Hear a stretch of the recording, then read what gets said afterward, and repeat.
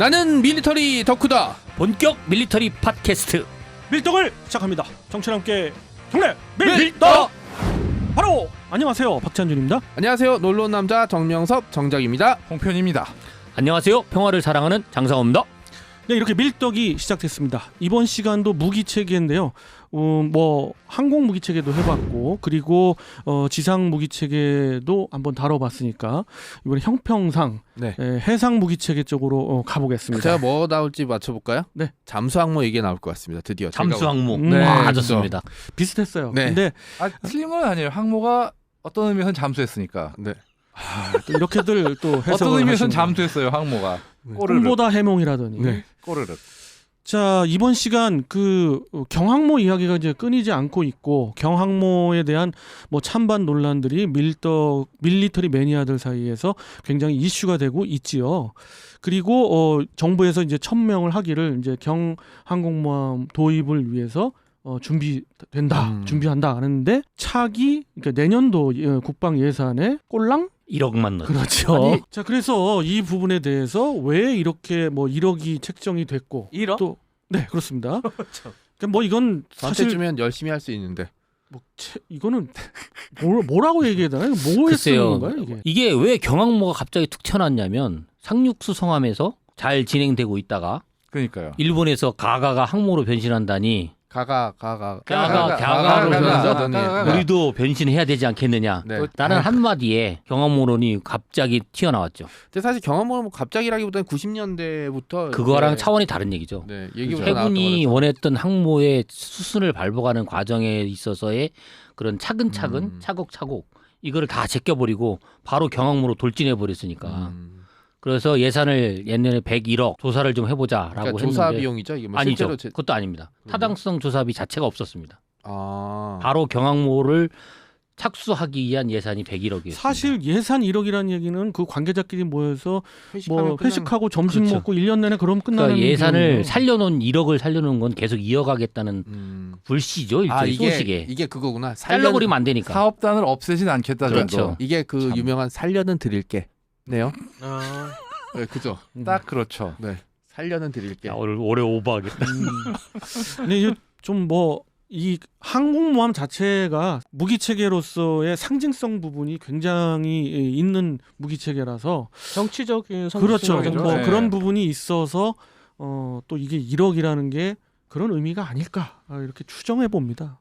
아쉽습니다. 근데 경항모라는 것 자체가 우리가 이렇게 맞는지 안 맞는지 옷을 입어봐야 아는 건데 이건 굉장히 위험한 위험한 얘기고요. 세기가 사실 나와서 뭐 저는 그 항모 불가론자라고 특별히 이제 여러 차례 이야기를 드렸지만은 그걸 떠나서 항공모함이 갖는 그 항공모함을 갖다 개발하고 항공모함을 운용하기 위한 그런 노하우부터 해가지고 이게 보통 힘든 게 아니거든요. 예를 들어서 영국 로열 해군의 경우 엄청난 오랜 시간의 시행착오를 겪고 해서 이번에 나온 게 퀸 엘리자베스급이고요. 자매함까지 물론 나와서 이제 두 척이 운영하게 프린스 오브 되는데, 웨일스, 네. 예, 그 차라리 그거 노하우를 갖다가 전부 전수받을 수만 있다면 우리가 되겠는데 그게 뭐 함부로 주겠어요? 뭐 그런 뭐 함부로 쉽지 줄 수도 않죠. 없는 얘기고. 네. 그 여러 가지 면에서 일부 그렇습니다. 유튜버들은 이제 영국이 나섰다. 네, 중국이 떨고 있다. 뭐 일본이 무서워하고 있다. 이렇게 얘기하고 있긴 아이고야. 하지만 사실 영국도 퀸 엘리자베스급을 운영하기 위해서 엄청난 삽질을 했잖아요. 스키 점프대 만들려고 했다가 안 만들려고 하다가 다시 만들. 달았어요. 예. 네, 처음에 달까 말까 심지어 말까 큐터펄트 할까 말까 하다가 결국 네. 포기하고. 그렇게 하고 그만큼, 그다음에 예. 또 함도 크게 만들까 작게 만들까 옆으로 넓게 만들까 이런 걸 했는데 이거를 세상에 공짜로 가르쳐 줄 사람은 없죠. 그리고 이게 얘기하신 대로 이제 저도 항모에 대해서는 뭐 부정적에 좀 가까운 입장이긴 하지만 탐색 개발이라든지 이게 우리한테 맞는지 안 맞는지에 대한 연구조차 하지 말아야 된다고 생각하지는 않거든요. 네, 그런 부분에 있어서는 여러 가지 알아보게 되는데 그렇게 치면 1억은 진짜 살려는 드릴 게밖에 안 되잖아요. 경항모를 도입한다고 했을 때 그 우리나라에서는 그냥 맨 땅에 헤딩하는 건가요? 그 정도는 아니에요. 그래도 독도함하고 그다음에 마라도함을 건조한 경험도 있고 사실 항모에 관한 연구 자체는 제법 꽤 된 편이에요. 근데 그 실질적인 측면, 이제 해군의 이제 이 부분을 알고 있는 관계자들이나 항모를 전문가들 이야기를 들어보시면 알겠지만은 정말 무에서 유를 창조해야 됩니다. 그건 어느 국가나 마찬가지예요. 어쩔 수가 없죠. 영국은 오랫동안 항공모함을 운영했지만 이 퀸 엘리자베스급의 적당한 그 운영을 위해서 얼마나 많은 노하우를 시행착오를 겪었는지 돈도 상상이 엄청 안 썼어요. 갑니다. 그리고 사실 영국은 뭐 동맹국 혈맹이라고 하는 미국의 도움을 얼마든지 받을 수 있고요. 그 영화 그 유명한 탑건 오프닝 장면 보면 이렇게 전투기 날아가는 장면 나오잖아요. 사실 그 다큐멘터리를 봤는데 이게 그냥 야 전투기 띄워 이런다고 될 수 있는 게 아니거든요. 예. 예, 전투기로 띄울 수 있는 최적의 각도를 찾아야 되고 그다음에 그걸 그 갑판에 전투기가 그 좁은 간판에 전투기가 떠야 되면은 이걸 어떻게 띄우고 그다음에 이걸 뜰 때 옆에 다른 전투기를 어떻게 치우고 이런 것들 다 해야 되는데 이건 진짜 어려운 일이죠. 네. 이 영국이 그 퀸 엘리자베스를 네, 네. 진수한 다음에 네. 그 공군의 F-35B를 가져다가 네. 착륙 방법, 이함 방법 이런 거를 스스로 연구를 해서 운용 테스트를 했어요. 그런데 실제적으로 실전 배치를 하면서 이번에 이제 그 북해 실전 배치를 하면서 나토 여러 국가 합동 훈련을 했거든요. 그때 초빙했던 게 미 해병대가 왔습니다. 그렇죠. 예. 그 미 해병대의 F-35B와 같이 작전을 펼치면서 실제 F-35B를 운영하는 노하우를 배웠어요. 그렇죠. 그만큼 항모를 운영한다는 게 어려운 겁니다. 그리고 또 네. 미국의 해병대가 와서 작전을 같이 해줄 정도로 영향력이 있어야 된다는 얘기니까. 네. 저 이거는 늘 있었던 이야기라서 그냥 다시 한번 말씀을 드리는 건데 예전에 브라질 항모 그러니까 상파울로 항모가 예. 뭐 15억에 판다 막 이런 얘기가 있었고 거기에 이제 달린 댓글들을 보면은 이거라도 갖고 와라 이거라도 15억에 사서 우리가 무슨 노하우를 전수받자 우리가 이거 운영하는 운영 기술 뭐 캐터필러 기술 뭐 여기에서 빼먹을 수 있는 거 다 빼먹자 이런 식으로 얘기하는 사람들이 상파울로에 캐터필러가 있더라고요. 있었나요? 있긴 있어요. 예, 그러니까 그런 노하우부터 그런 걸 가지고 진행하면은 충분히 되지 않느냐 이런 주장을 박 의원님 펼치는데 어떻게 생각하십니까? 어떻게 생각하세요? 일단 항모를 운영하는 항모 전단이 있어야 되는데 당시에 우리는 연안 해군에 머물러 있었는데 상파울로 상파울로 작년이에요. 작년이에요? 예, 그건 포슈를 작년이에요. 작년에 팔았잖아요. 뭐 운영 못한다고. 작년에서 들여왔다 쳐더라도 항모 전단 못 구르입니다. 우리 아니, 입장에서. 그러니까 지금 얘기는 그 배 자체를 살리는 게 아니라 이거를 뭐 곧 해체하면서 뭐 노하우를. 이런 노하우를 쌓아보자는데 그거 갖고 될까요? 저는 그것도 그건 반대하는 게 너무 작아요 배가 우선 첫 번째, 두 번째 너무 옛날 거라 그걸로 뭘 노하우를 해도 F-35B든 뭐든 현대 함재기를 운영하려면은 거의 제로에서 새로 다 모든 거를 배워야 되고 두 번 또 하나가 캐터폴트가 있다고 하지만 너무 옛날 거기 때문에 그렇죠. 그걸로 배워봤자 국산은 못해요. 옛날에 뭐 386 그러니까 컴퓨터를 가지고 지금 뭐 노하우를 배우자 막 이런 그리고 이제 느낌인가요? 뭐 가장 좀 중요한 그런 게 있어요 사실. 가장 예. 중요한 게 뭐냐면 이제 경항모라는 것 자체를 가져야 되는 목적을 생각을 해봐야 되는 거잖아요. 이게 왜 우리의 그 국방 전략상 항모가 필요한지 안 필요한지부터 먼저 들어가야 되는데 네. 그 옆집에서 가가 이런다고 이제 갑자기 갑툭튀해서 그게 나와버린 굉장히 거잖아요. 네. 많죠. 그러니까 그게 그런 개념인 거죠. 그러니까 경험모를 갖더라도 우리가 없는 것보단 낫다 이렇게 얘기를 하시는 분들이 그래서 있으니까. 태국이 예. 스페인에서 퇴역한 항모 퇴역한 거 그걸 새로 만든 건 맞습니다. 참 새로 만들어서 네. 사서 거기에 샤크리나로 AV8 해리어 전투기까지 얹어서 갖고 와서 굉장히 폼을 잡았습니다. 폼만 잡았죠. 아시아에서 유일의 유일의 항모. 항모라고 폼만 2년 잡았죠. 만에 2년 만에 끝났죠. 태국이랑 뭐 아예 국가- 운영을 못했어요. 퇴역은 네. 안 했는데 완전히 그 행사함으로 전락을 했어요 그냥. 그냥 그 레스토랑으로 쓰는 거네. 아니 레스토랑은 아니고요. 예. 그 왕족의 요트처럼. 요트처럼. 그러니까 유일하게 실전 비슷하게 쓴 거는 그 재난구호. 거기에서만 쓸모 있게 썼고. 굉장히 빗대어서 왕궁의 요트다 이렇게 그 얘기하는 중에 거죠. 해리어 2대는 태국 왕 겁니다. 당연하죠. 네. 예. 근데 뜨지 두대는. 못해요 어차피 완전히 나가. 태국은 그 왕립 군대가 따로 있으니까 네. 그게 있는데 그렇다고 해서 뭐 그냥 비꼬는 말로 요트다 이렇게 얘기하는데 그만큼 쓸모가 없다 이야기고 그렇죠. 태국은 그걸로 인해서 뭐 국가 전략을 완전히 잘못 세운 건 그건 뭐 뻔한 얘기인데 그러니까- 그 차원을 떠나서 우리 입장에서는 어떤 목적이 확실하지가 않아요. 그러니까 맞아요. 제가 않죠. 제가 거듭 말씀드리지만 이게 3,000원짜리나 한 30억짜리면 그래 없는 것보다 있는 게 낫지. 뭐 이런 거지만 이거는 사실 겨우겨우 이제 집안 살림이 조금 펴지고 있는 집 뭐 한 20평 30평대 아파트 사는 사람이 야 부가티 끝내준다는데 람보르기니? 좀 그런 게 있어요. 왜 이런 옆집 람보르기니 샀는데 우리도 우라칸 사야 되는 거 아니야? 라는 게 아닌지 한번 생각을 해봐야 돼요. 이게 교묘하게 생각을 하는 게 중국 지금 항모 있고 일본도 항모인데 우리까지 없어? 하는데 그게 중국은 자기네들이 필요해서 항모가 있는 거고 일본도 자기네들이 필요해서 만든 거니까 우리가 항모가 필요한지 안 한지는 두 나라의 국방 전략과는 뭐 이렇게 연관이 있지만 100% 연관이 있는 거는 아니죠. 그럼 우리 해군의 최고의 전략은 어떤 걸까요? 저는 잠수함이죠, 잠수함. 잠수함 누구나 잠수함이라고. 잠수함에 올인을 해야죠. 저도 그렇습니다. 아니 사실 개인적으로는 지금 항모보다 지금 사실 어떻게 보면 진짜 급한 게 사람이에요. 해군은 지금 해군 당장 지금 인력난 때문에 굉장히 허덕이는 네, 맞아요. 상황이고 특히나 잠수함 같은 경우는 잠수함 전대의 어떤 요원들의 이탈이 만만치가 않거든요. 워낙 수당 10,000원 올려줬다는 유명한 기사도 있어요. 그러니까 지금 아이고. 쉽게 얘기해서 지금 사람에 대한 투자도 잘 되고 있는지 의문인 상황에서 몇 조 원을 투자해가지고 항모를 만든다.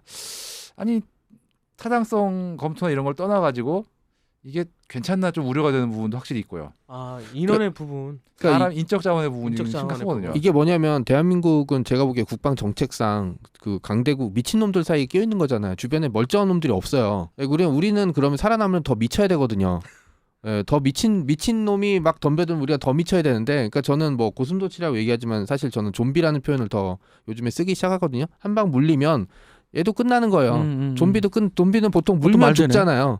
우리도 한 방 하는데 저는 해군 전략상 가장 중요한 무기는 저도 역시 잠수함이라고 생각을 하죠. 안창호함을 한 20척 만들고 네, 네. 거기에 탄도미사일을 가득 싣고 그다음에 잠수함 그 요원들 부사관이나 장교들한테는 월 연봉을 1억씩 주는 겁니다. 그러면 잠수함 문제로 다 아니, 근데 항공모함 돈으로 다 해결할 수 있을 것 지금 그 같은데. 1억을 되게 듣는 분들 중에 지금 말씀하신 1억을 그렇게 큰 돈이라고 생각하실 수도 있는데 잠수함의 근무 조건은 1억 줘야 된다고 생각해요. 그러니까요. 진짜. 그렇게 해서 경항모 총 10조 예상하니까 네. 충분히 가능할 거라고 생각합니다. 그러면 우리나라에 핵 잠수함이 필요하다고 하는 그런 또 주장하시는 분들이 있잖아요. 그것에 대해서는 좀 어떻게 생각하세요? 핵 추진 잠수함이 필요하죠. 필요하고 우리로서는 있으면야 너무 좋죠. 아니, 그리고 그런 기술들의 기반 그 베이스는 충분히 있는데 문제는 이게 이제 그 정치적인. 그렇죠. 그 특히 국제 정치적으로 어떠한 그 역학관계가 있느냐. 저 역시 항모냐 핵잠수함이냐라고 하면은 저 역시 핵잠수함 쪽 이거 왜 핵잠수함이냐고 하면은 핵잠수함 자체보다는 핵잠수함에 뭘 실을 수 있느냐가 이제 또 얘기가 될 수 있는 부분들이 있거든요. 맞아. 네. 제가 지금 좀 알기로는 그냥 미국과 또 관련이 있다고 얘기를 들었거든요. 핵 원료 때문에 그래요.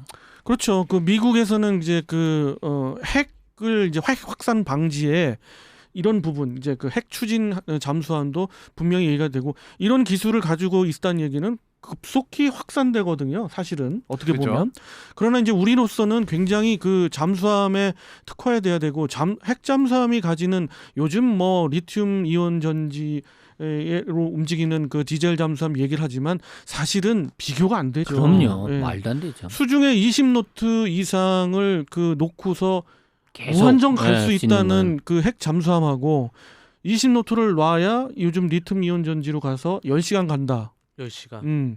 그것도 뭐 근해에서야 그 뭐 거의 핵 잠수함에 맞는 위력이겠지만은 좀 더 넓혀 본다면 그렇지도 않고요. 우리나라 주변국들의 어떤 그 대치 상황을 본다면 상당히 원거리의 작전도 해야 될 것 되거든요. 같습니다. 예. 그러니까 우리의 고슴도치 그 국방 옹골찬 국방력의 핵심은 지금으로서는 핵 추진 잠수함에 사실 올인하면 좋겠어요. 저는 개인적으로는. 저는 잠수함과 뭐 하나 덧붙이자면 미사일. 미사일. 아이고 네, 뭐 아니 덧붙일 게 많죠. 미사일도 할 말이 많은 게 해궁이라든가 뭐 제가 아직 개발이 제대로 진행이 안 되고 있는 초음속 대함 미사일 사실 이런 거 해궁 미사일 같은 경우도 사격 시험 횟수가 부족해서 과연 실전에서 신뢰성이 담보될 수 있는가 이 의문이 나오고 있는 상황인데 우리가 필요한 거는 어떤 항모 같은 시연성의 그런 거보단 어떤 실속을 더 다질 수 있는 예를 진짜 뭐 해군 미사일의 발사 횟수를 늘려가지고 이걸 진짜 쓸만한 걸로 만든다든가 이런 게 더 필요하지 않을까 생각이 들거든요. 예. 그 인접 국가에서 만약에 그 항모로서 그러니까는 일본이나 중국에서 항모로 어느 정도 위협을 한다. 그럼 우리나라에서는 어떤 식으로 방어 시스템이 지금 구축돼 있는지 어떤 게 최적화로 방어할 수 있는지 그거 알고 싶어요. 우선 초음속 그 미사일을 개발을 해야지 되고요. 그게 지금으로서는 그 항모에 대항할 수 있는 거의 유일한 무기 체계인 것 같고요. 또 하나는 기본적으로 대한민국 영토가 항모예요. 불침항모죠. 이제, 불침항모죠. 좀 더 공군의 작전 반경을 넓히고 그렇게 해서 이제 급유기도 좀 들어와 가지고 원거리 차단 작전이 가능하다면 항공모함에서 날라오는 함재기는 어떻게 보면 한계가 있어요. 그렇기 한계가 때문에 많죠. 충분히 대항할 수가 있는 거죠. 사실 이게 중국이든 일본이든 항모가 있다고 대단해 보이지만 결국 그 항모들도 우리 공군의 작전 범위 안에 쉽게 접근 못합니다. 사실. 왜냐하면 기본적으로 일본은 경항모고 실질적으로 중국 같은 경우도 덩치는 크지만 탑재 함재기의 숫자라든가 함재기 능력이 지상 발진 그러니까 공군기지에서 뜨는 것만큼 충분하진 않거든요.